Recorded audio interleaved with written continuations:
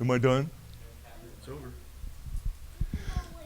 My name's Roger, and for some reason, Mark seems to think that my witness might help somebody or be enjoyed or at least open my eyes. We're almost there. I know how to play my instrument. Sorry, Lawrence, I didn't mean that the way it came out. You wrapped around your cane. Didn't mean that way. I love you, brother.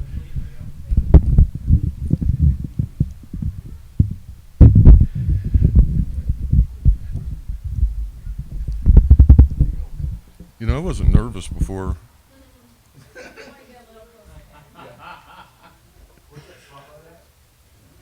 Well, the day I was born, it was cold and snowing. Mom didn't have any wood to put in the wood stove. And if you believe that, you're crazy because I'm from Los Angeles. I don't really know how to start this. I've thought about it ever since the pastor brought it up to me. And it's kind of hard to figure out how to get up and spill your guts and give enough without dragging it down. So I'm going to do the best I can. I'm a Jesus freak. My life is dedicated to the Lord. Every day I try as hard as possible to do everything I can that the Lord wants and that I want. It can be hard at times, but I wasn't born this way. I was born in Michigan. We moved to LA when I was 2 years old. And we weren't a rich family. We lived in the poor section or right next to the poor section most of my youth. And I was born into a very dysfunctional family, which I'm sure probably everybody in the room was.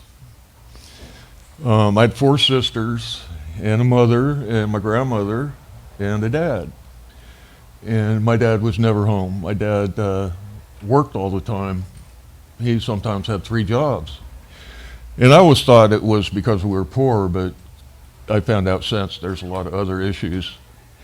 But my house was a very female-dominated house, and my mother really wished I was probably born a girl. So I had no one to turn to. I had no one. 2 people ever did anything with me in my life just for me.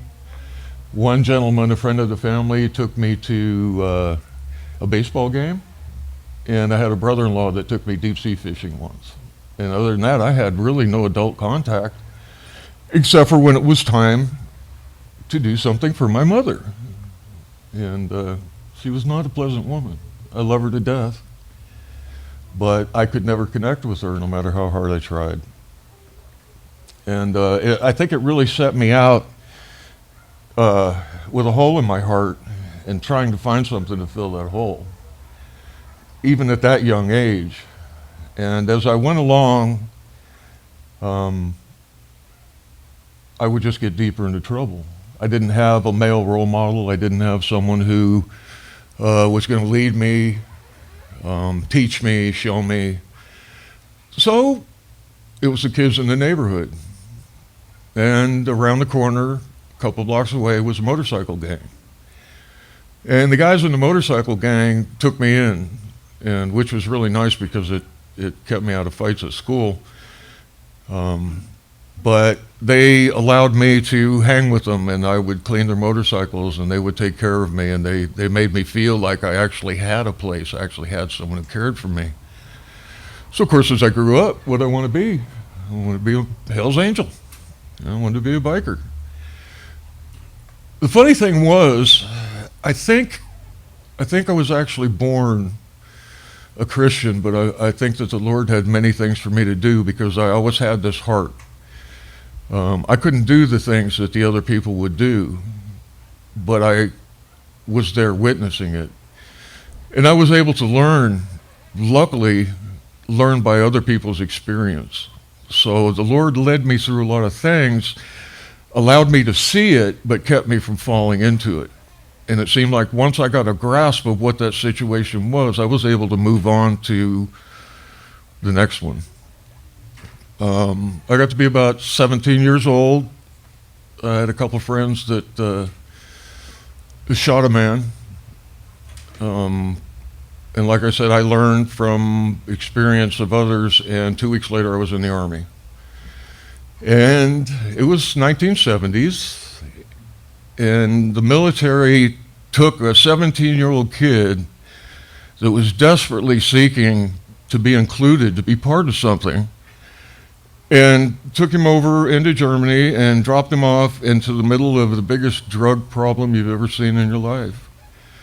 There was everything. There was hash, there was pills, there was heroin, there was everything. And everybody did something. Everybody had something. They were either an alcoholic or a drug addict or a Jesus freak, but everybody had their group. And once you were in one group, you were in the group. And sure enough, I became a heroin addict. I saw a lot of my friends die because of it. One gentleman, very close friend, him and his wife were in Germany, and he went home. 2 weeks later, we got a letter from his wife saying that the second day he was home, she found him on the living room floor with a needle in his arm. And that was pretty much it for me.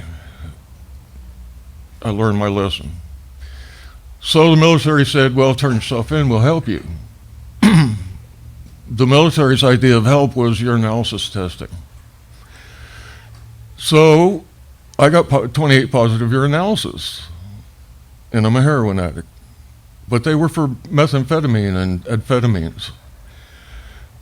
But the only help they were offering me was straighten yourself out, or we'll give you an honorable discharge. I knew I couldn't stay there. I couldn't stay near those drugs and those people and get clean. I knew I was going to die. So I took the discharge. And I guess there's one point I should throw in that got me to that point. Funny thing, I was a stockade guard, and I turned myself in for drugs, and I continued to be a stockade guard. And one night, I was up in a tower with a shotgun to 45, and I found myself on my knees with a 45 in my mouth because it was seeming like that was the only way out. And I think I'd have done it, except for I heard from the Lord. I didn't know it, but I heard his voice. I'm sorry. I heard his voice for the first time, and he said, please don't do that. And I didn't. And I got out of the Army, still a heroin addict. And the day I got out of the Army, I put myself in the cold turkey, got myself off the narcotics, and never touched it again. Never wanted to in all these years. I learned my lesson. So I got out of the Army, I detoxed myself, and went out into the world to see where I fit in. Well, where'd I go? I went home. I went to the same guys. I saw the same things. Knew something had to change, knew that it just wasn't good.